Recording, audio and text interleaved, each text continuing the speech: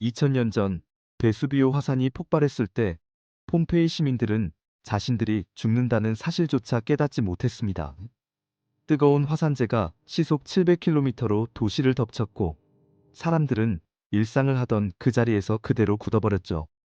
빵을 굽던 제빵사, 개를 안고 도망치던 소년, 마지막까지 손을 놓지 않은 연인들. 발굴된 석고상 중에는 임신한 여성도 있었습니다. 그녀는 배를 감싸 쥔 채 웅크린 자세로 발견됐죠.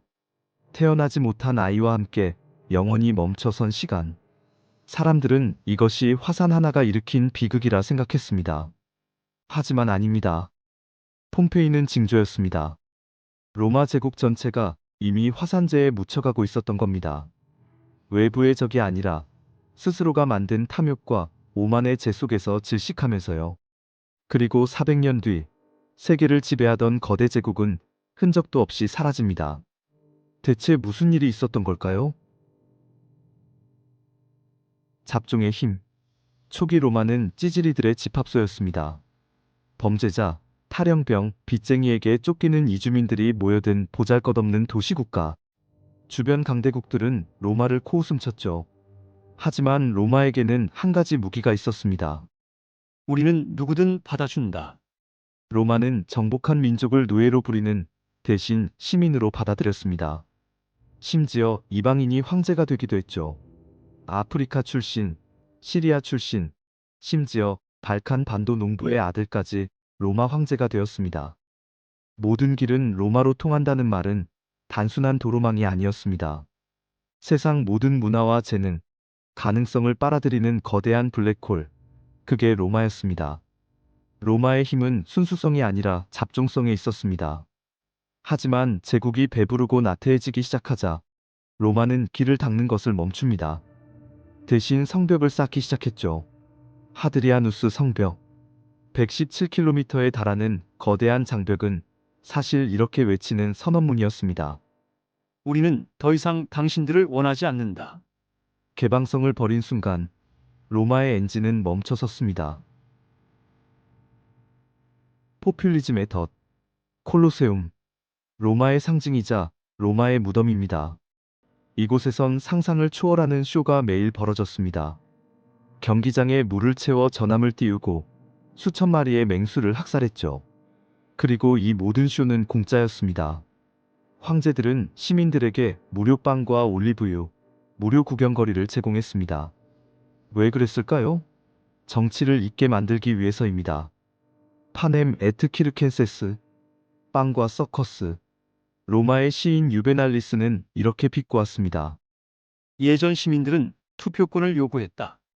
하지만 지금은 오직 빵과 구경거리만을 원한다.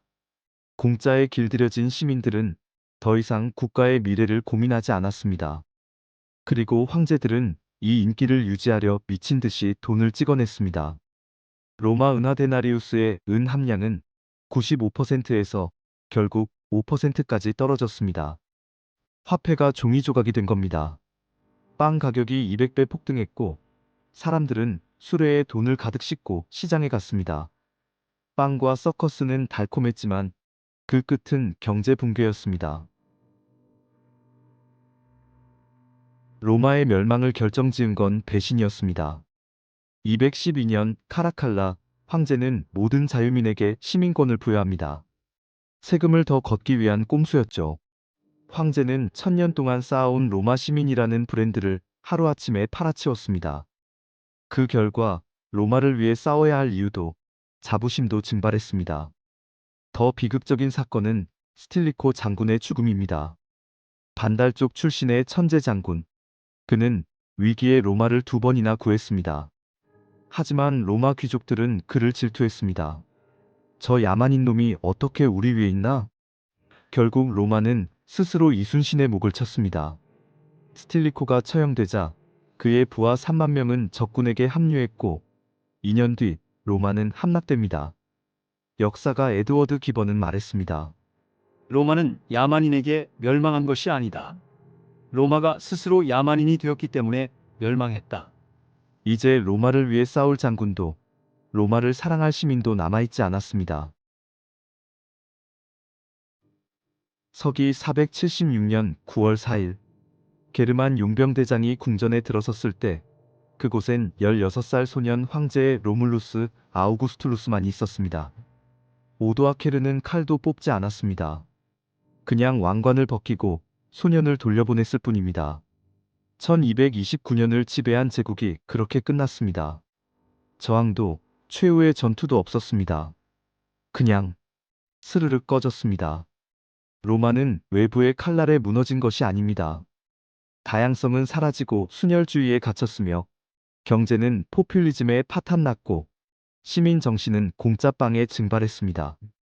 폼페이가 화산재에 묻힌 것처럼 로마는 탐욕과 오만, 무관심의 재 속에서 질식했습니다. 로마의 역사는 오늘날 우리에게 질문을 던집니다. 당신의 나라는 지금 길을 닫고 있습니까? 성벽을 쌓고 있습니까? 번영에 취해 혁신을 멈추고 있지는 않나요? 눈앞의 달콤한 혜택을 위해 다음 세대의 짐을 외면하고 있지는 않나요? 우리끼리의 성벽을 쌓으며 다양성을 거부하고 있지는 않습니까? 2024년 미국의 국가부채는 34조 달러를 넘어섰습니다. 로마가 망하기 직전의 재정 상태와 소름 끼치도록 닮아 있습니다. 위대한 문명은 외부에서 정복당하지 않습니다. 그들은 스스로를 파괴할 뿐입니다. 역사는 반복되지 않습니다. 다만 교훈을 잊은 자들에게만 다시 찾아올 뿐입니다. 지금 우리는 로마의 길 위에 서 있습니다. 과연 우리는 어느 방향으로 걸어가고 있을까요?